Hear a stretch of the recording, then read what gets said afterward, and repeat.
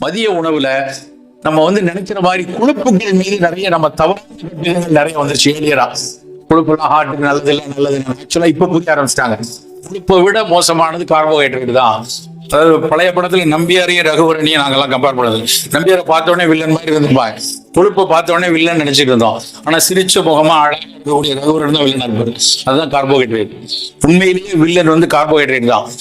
கார்போஹைட்ரேட்டை ரொம்ப குறைச்சு நல்ல கொழுப்புகளை, அதுக்காக சார் சொல்லிட்டாரு இனிமேல் கொழுப்பு வச்சு அடிச்சுக்கலாம். குடும்ப விளக்குல பாரதிதாசன் எழுதிப்பாரு, அப்படியே நெய்யை ஊத்தி அப்படி வச்சா இப்படி ஊடி புறங்கை வழியா நெய் வழியணும், அப்படிலாம் எடுக்க வேண்டாம். குறைவாக வேணும், சற்று குறைவாக கொழுப்பு சேர்த்துக் கொள்வது நல்லது. புரதச்சத்து மிக அதிகமா இருக்கணும் சாப்பாட்டுல. இன்னைக்கு கீட்டோ டயட் அப்படின்னு ஒரு டயட்ல நிறைய, நான் கீட்டோ டயட் ஃபாலோ பண்ணேன் சார், நான் பேலியோ ஃபாலோ பண்ணேன் சார், நான் ஜிஎம் டயட் சார், நான் லோ கிளைசமிக் டயட் சார், இப்படி வேகன் டயட் சார், இப்படி பல டயட்கள் வந்துட்டு இருக்கு. படிங்க, அந்த டயட்டை பத்தி எல்லாம் படிங்க. உங்க உடலுக்கு தேவையான ஏற்றுக்கொள்ளக்கூடியது உங்கள் அருகாமையில் உள்ள மருத்துவர், சித்த மருத்துவரோ நவீன மருத்துவரையோ கேட்டு அதுக்கேற்றான உணவை எடுத்துக்கொள்ளுங்க. அதுல ரொம்ப முக்கியமானது புரதச்சத்து அதிகமா இருக்கக்கூடிய கீட்டோ டயட். அது ஏன் கீட்டோ டயட் நல்லது அப்படின்னா, அந்த புரதங்கள் தான் நம்முடைய பாடியோட இம்யூன் பில்டர்ஸ். நம்ம சொன்னோம் இல்லையா, இந்த நோய் எதிர்ப்பாற்றலை கூட்டணும், அந்த சக்கரை ரத்த கொதிப்பை கட்டுப்படுத்தணும். ரெண்டுக்கும் கீட்டோ டயட் நல்லது. இன்னொரு முக்கியமான விஷயம், கீட்டோ டயட் இந்த சிறு குழந்தைகள்ல சில குழந்தைகளுக்கு வலிப்பு நோய் வருது இல்லையா, இந்த வலிப்பு வராமல் தடுக்கணும். அவங்களுக்கு ஒரு மாத்திரை கொடுத்துட்டு இருப்பாங்க, வேலைப்புறை டேப்லெட், அதெல்லாம். இப்படி இருக்கிற குழந்தைகள் தொடர்ச்சியா கீட்டோ டயட் எடுத்தா இந்த வலிப்பு வருவது குறைவதை இன்றைக்கு ஆய்ந்து அறிந்து கண்டறிஞ்சிருக்காங்க.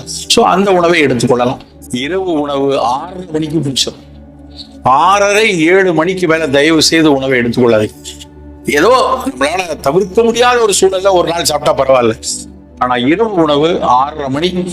எதுக்கு சொல்றாங்கன்னா, ஒரு 6:30 மணி 7 மணிக்கு முடிச்சுட்டு மறுநாள் காலையில 9 மணி வரைக்கும் 14 மணி நேரம் வயிற்றில் ஒன்றுமே இல்லாத சூழல்ல பல நல்ல சுரப்புகள் உடம்புக்குள்ள வரும். அது ஒரு சின்ன பிராக்டிஸ். இன்டர்மிட்டன்ட் ஃபாஸ்டிங் அப்படின்னு ஆரம்பிப்பாங்க. 14 hours ஃபாஸ்டிங், 16 hours ஃபாஸ்டிங். இன்றைக்கு இருக்கிற உணவு திட்டங்கள்லயே உலகம் முழுக்க அதிகம் ஆராயப்பட்டு மிகச் சிறப்பான உணவு திட்டம் என்று சொல்வது இந்த இன்டர்மிட்டன்ட் ஃபாஸ்டிங் தான். இரவு கரெக்டா 6 மணிக்கு உங்க உணவை முடிச்சுட்டு மறுநாள் காலையில 8-9 வரைக்கும் எதையும் சாப்பிடாதீங்க. தண்ணீர் இருந்தலாம், எதையும் சாப்பிடாம இருங்க. அதுலயே சக்கரை, ரத்த கொதிப்பு, புற்றுநோய் வருவதற்கான காரணிகளும் குறையுங்கிறான். மெலட்டோனின் ஒரு செக்ரேஷன் இரவு தூங்கும் போது மட்டும் நல்லா சுரக்கும். அது கூட இந்த இன்டர்மிட்டன்ட் ஃபாஸ்டிங்ல நல்லா இருக்கும். யார் சொல்றா? நம்முடைய சமணர்கள் சொல்லியிருக்காங்க. இங்க இருந்த கழுகுமலை சமணர் சொல்லியிருக்காரு, திருச்சிராப்பள்ளி சமணர் சொல்லியிருக்காரு. இவங்க மட்டும் சொல்லல, இன்னைக்கு மெசசூட்ஸ் மெடிக்கல் யூனிவர்சிட்டி பாஸ்டன்ல அதை சொல்லியிருக்காங்க. கூகுள் பண்ணி பாருங்க, இன்டர்மிட்டன்ட் ஃபாஸ்டிங், MIT தான் மெசசூட்ஸ் இன்ஸ்டிடியூட் ஆஃப் டெக்னாலஜி, அங்க இருக்கான், மெடிக்கல் பாஸ்டன்ல இருக்கு. அவன் அதை பத்தி ஆய்ந்து எழுதி கொண்டிருக்கிறான். நம்ம ஊர் சொன்னதுதான். நம் தமிழர்கள் அப்படிதான் சாப்பிட்டாங்க, நம் சமணர்கள் அப்படிதான் சாப்பிட்டாங்க. இன்றைக்கு அது உலகம் முழுக்க ஆராயப்பட்டு இப்படியான உணவை எடுத்துக்கொள்ளுங்கன்னு சொல்லியிருக்கேன். ஸோ காலையில் பானமாக இது மாதிரி கஷாயங்கள், வேறுபட்ட கஷாயங்கள் எடுக்கிறது.